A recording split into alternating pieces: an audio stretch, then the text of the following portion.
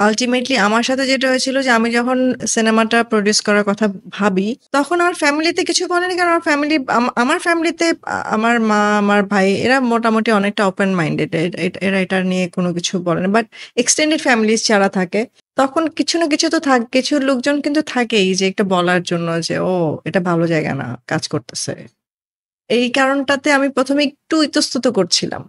যে করব কি করব না। আমি আমার হাসব্যান্ডকেও বলছিলাম যে, "তুমি সিউর তো তুমি এটা করো?" কারণ আমি নিজেও চাচ্ছিলাম না যে এই ধরনের কথা হোক। তো আমাকে নিয়ে এমনিতেও অনেকে অনেক কথা বলে। যেহেতু আমি ফরেনার বিয়ে করেছি। তো আম সেই কারণে আমি চাচ্ছিলাম না যে এটা নিয়ে আবার কোনো কথা হোক। আমাকে নিয়ে আরো কোনো কথা হোক।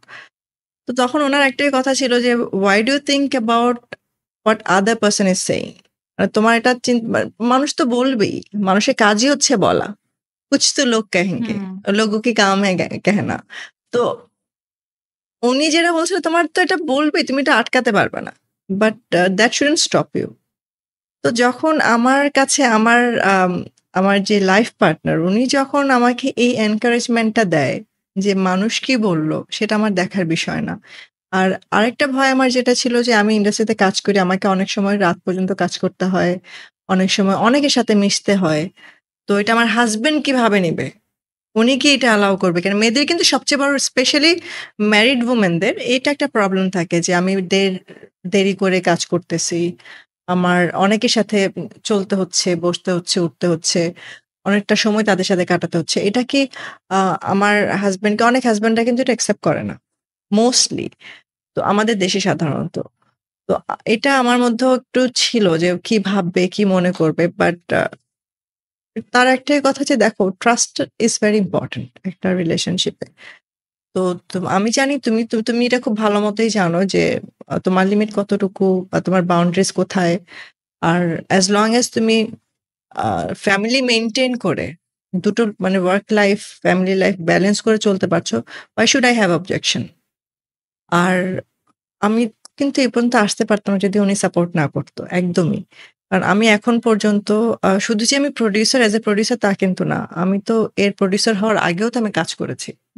আমি অনেক লিস্টেড কোম্পানির সাথে কাজ করেছি মালয়েশিয়াতে। আমার ফার্স্ট জব যখন আমি শুরু করি আমার গ্র্যাজুয়েশনের পর, আমি একটা লিস্টেড কোম্পানিতে কাজ করতাম। তো তখনও মানে আমি তখনও তাকে আমার পাশে পেয়েছি। সবসময় হেল্প করা, কাজের জন্য হোক বা যেকোনো কিছুতে। তো আসলে এই যে আ আমাদের দেশের একটা থাকে মেয়েরা মিডিয়াতে কাজ করবে, ফ্যামিলি থেকে এক্সটেন্ডেড ফ্যামিলি থেকে কথা বলা, আশেপাশের লোকজনের কথা বলা। এই জিনিসগুলো না আসলে আমাদেরকে অনেক ডিসকারেজ করে। বাট যদি এমন একজন কেউ থাকে যে আপনাকে সবসময় আম এনকারেজ করছে যে এটা তুমি করতে পারো। এটা হচ্ছে আমার স্কিল। এই কাজটা আমি করতে জানি। যদি এই স্কিলটাকে আমাকে কেউ এনকারেজ করে আমার মনে হয় যে কে কি বলল সেটা দেখার বিষয় না। কারণ এন্ড অফ দ্যা ডে যে আমাকে বলছে সে কিন্তু আমি যদি কোনো কিছু করি আর না করি সে কিন্তু আমার পাশে থাকবে না। তো আমার পাশে যারা আছে তারা আমি ভালো কিছু করলেও থাকবে, খারাপ কিছু করলেও থাকবে। তারা সবকিছুতেই থাকবে। আর যারা কথা বলে তারা কথা বলেই যাবে।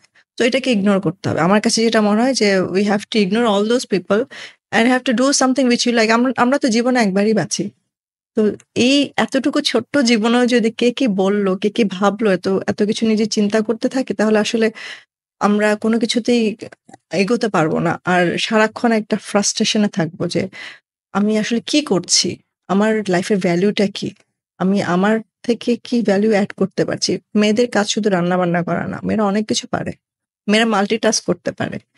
তো সেখানে আসলে পরিবারের বাইরে গিয়েও কিছু করা, ফ্যামিলির বাইরে গিয়েও কিছু করা, নিজের জন্য কিছু করা, সেটা যদি না করতে পারে কিছু মেয়েরা, সবাই তো না, সবাই একরকম হয় না। কিছু মেয়ে যারা একটু ক্যারিয়ার কমিটেড থাকে বা কাজ করতে চায় বাট আ আমাদের এনভায়রনমেন্ট এর কারণে করতে পারে না, পারিপার্শ্বিক অবস্থার জন্য করতে পারে না। আমার মনে হয় তাদের এত কিছু চিন্তা না করে তাদের জাস্ট গো গেটার্স হওয়া উচিত। যে দিন শেষে তুমি যদি ফেইল করো, তুমি ফেইল করছো। তুমি যদি উইন করো কোন কাজে, তখন ওই লোকগুলোই তোমার পাশে থাকবে। তখন বলবে, "হ্যাঁ, আসলে খুব ভালো করেছো।" এটা আমার সাথেও হয়েছে। হুম। সো আমি বলব যে যদি আজকে মানে সব ফিমেলদের উদ্দেশ্যে যদি কারো ইচ্ছা থাকে কোন কিছু করার, কে কি বলল আসলে সেটা নিয়ে চিন্তা করে কোন লাভ নেই।